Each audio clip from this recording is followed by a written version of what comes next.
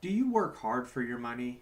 Do you want to have a say on where and how your taxpayer dollars are spent? If so, I want to share some valuable information with you. Far too much money is being spent by our government on things that are unnecessary. We have dying children on our streets in America that could really use some help. Rather than spending it on people that will never change, why not spend it on people that need a chance in life? People that could really make a change in our society. Did you know that the United States has over 2.2 million prisoners in our prison systems currently? Many of which are serving out a lifetime sentence for murder of another human being. Each prisoner requires a portion of a cell, food, clothing, extra guard time, and so on. According to the Vera Institute of Justice, each inmate requires $31,000 per year, and in some states, even up to $60,000 per year. All of this money is footed by us, taxpayers' money. Shouldn't we as citizens have a say in where our money goes and how much is too much? According to Wikipedia, the United States has the highest incarceration rate in the world. We represent about 4.4% of the world's population, but get this, we house over 22% of the world's prisoners. With the population growing day by day, something must give. Today, I am going to talk to you about the death penalty and give you some fun facts that may get you thinking in a different way. United States prisons are seeing immense overcrowding, and so much that the federal judges have stated that it violates the quality of life and even violates the prisoner's civil rights. It's obscene today that sometimes our condemned killers inside prison live better than our working innocent poor in society. So what are we going to do about it? Most vicious killers that a jury condemns to die will never be executed. Even those we do kill will live out much of their lives just sitting on death row. The death penalty should be used as a crime deterrent. Prison time is effective, but with some people, more is needed. Prosecutors should have the option of using a variety of punishments in order to minimize the amount of crimes. It is a fact that almost all inmates that are on death row have almost always committed a previous crime. According to the Bureau of Justice, 68% of prisoners released are arrested and returned to prison within 3 years, and that percent jumps up to 77% within 5 years. There is a long line of victims out there that have been waiting for justice.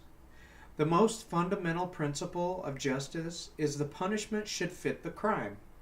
When someone plans to brutally murder another, shouldn't they also face death as a punishment? Another fact is inmates that are currently on death row continue to murder other inmates inside prisons. There is a long history of rape and murder even within our prison systems. Even though they are locked behind bars, the violence does not stop there. Most of you have seen movies and film of this behavior and don't think twice about it. But it's true. There are gangs inside these bars, and they continue to grow and corrupt other inmates that have never created a murder prior to getting put in prison. Murderers are creating other murderers, and we have been unsuccessful in eliminating this issue. That is more reason to carry out the death penalty and eliminate further corruption within our prison system. Criminals that are serving out a life sentence have nothing to lose, so why not?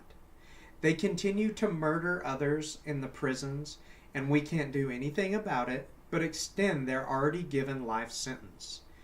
This is where I say stop. We must enforce the death penalty, but in a more rapid approach. Americans are wasting too much money to house these inmates, and it is growing at a rapid pace. Now, I'm not saying that everyone that is in prison deserves a death penalty, but let's investigate to ensure that we get it right. For instance, mass murderers, terrorists, sadistic serial killers, or other paid assassins, they deserve to die. The jury should be left with no lingering doubt, no real doubt, however irrational, about the killer's guilt. Those are the individuals that we cannot turn back and must pay for their crimes. The justice system also needs to quit treating drug dealers or convicted robbers as if they were murderers. According to the Huffington Post, half of all inmates are imprisoned for drug use and serve at least 80% of their sentence. If the Justice Department just lowered that number to 70%, which would be a decrease of 10%, only on good behavior, of course, they would save $1.29 billion, and this would eliminate some of the overcrowding. We must be able to segregate the bad from the really bad inmates. We should allow and encourage lesser criminals to pay for the crimes and give them real opportunities to start fresh. This would help the overpopulated prisons be able to move. It seems like it's at a standstill, and more people are getting convicted to the life sentences than ever before. There are several avenues that the Justice Department can take to help minimize the number of inmates, but abolishing the death penalty is not one of them. They need to use it more to ensure that the punishments more nearly and reliably fit the crime. Thank you.